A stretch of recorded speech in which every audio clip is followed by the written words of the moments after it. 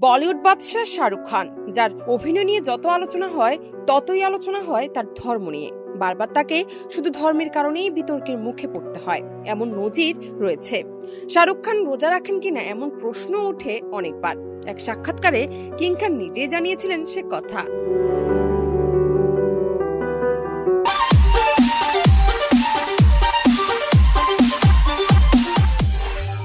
2013 সালে ঈদের চেন্নাই এক্সপ্রেস মুক্তির পর ভক্তদের মুখোমুখি হন শাহরুখ।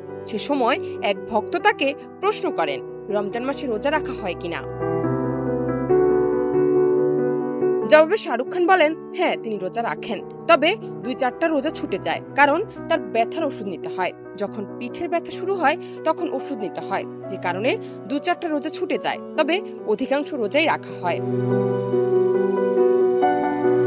ধর্ম নিয়ে বরাবরই নিজের অবস্থানে পরিষ্কার ছিলেন শাহরুখ।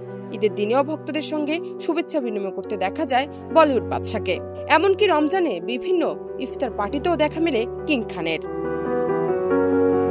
জান্নাত নিপু, দেশ রূপান্তর।